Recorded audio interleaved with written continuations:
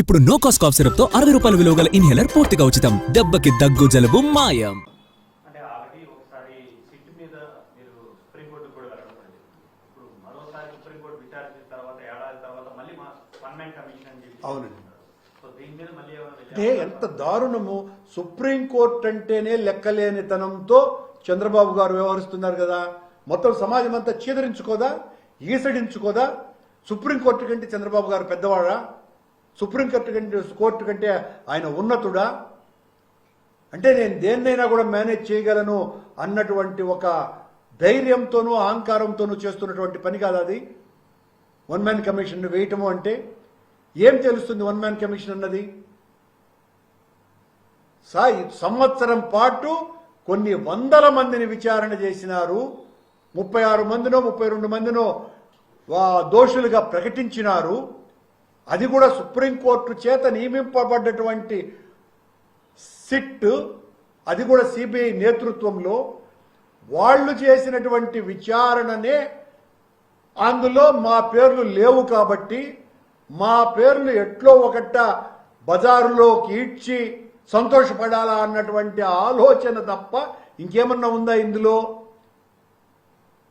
మళ్ళీ మాకు ఈ విషయం ద్వారా మరో అవకాశం ఇస్తున్నాడు చంద్రబాబు గారు. మేమేం వెనక్కి తగ్గే ప్రసక్తి లేదు. ఎక్కడా కూడా మేము కాదు తప్పు చేసింది, చంద్రబాబు గారే తప్పు చేసినారు.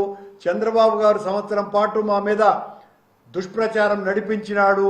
సిట్ తన నివేదిక ఇచ్చిన తర్వాత మేము మొత్తం వాస్తవాలన్నింటినీ కూడా బయటికి తీసి అసలు నెయ్యి కల్తీకి బాధ్యులే చంద్రబాబు గారి హెరిటేజ్ మూలాలలో ఉన్నాయి అన్నటువంటి విషయాన్ని బయట పెట్టినాం. మొత్తం దేశమంతా ఇది గగ్గోలైపోయి చివరకు హెరిటేజ్ యొక్క షేర్సే విపరీతంగా పడిపోయినాయి అన్నటువంటి విషయాన్ని కూడా గుర్తు చేస్తున్నా. సరే, షేర్స్ సంగతి దేవుడెరుగు. సమాజంలో హిందూ భక్తులలో చంద్రబాబు గారు పూర్తిగా పలుచునైపోయినారు. చివరకు పెద్ద జీయర్ గారు స్వాముల చేత ఇట్లాంటి వాళ్ళందరినీ కూడా మేనేజ్ చేసి వాళ్ళ చేత ప్రకటనలు ఇచ్చి ఆ రకంగా ఇచ్చినా కూడా ఏ రకమైనటువంటి ప్రయోజనము వాళ్ళు ఆశించింది కనపడటం లేదు. జనంలో బలంగా వెళ్ళిపోయింది.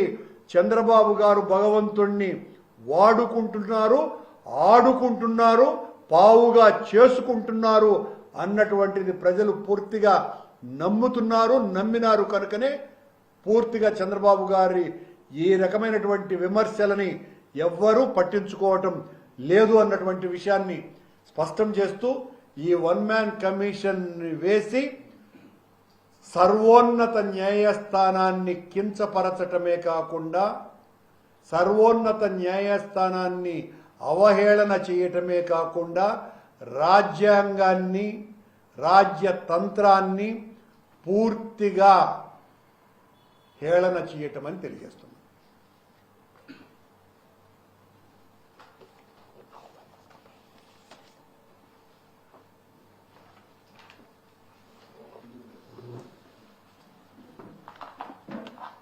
అంటే మీరేమైనా ఒకవేళ విచారణకు మిమ్మల్ని పిలిస్తే ఏమైనా సమాధానం చెప్పడానికి సిద్ధంగా ఉన్నారా?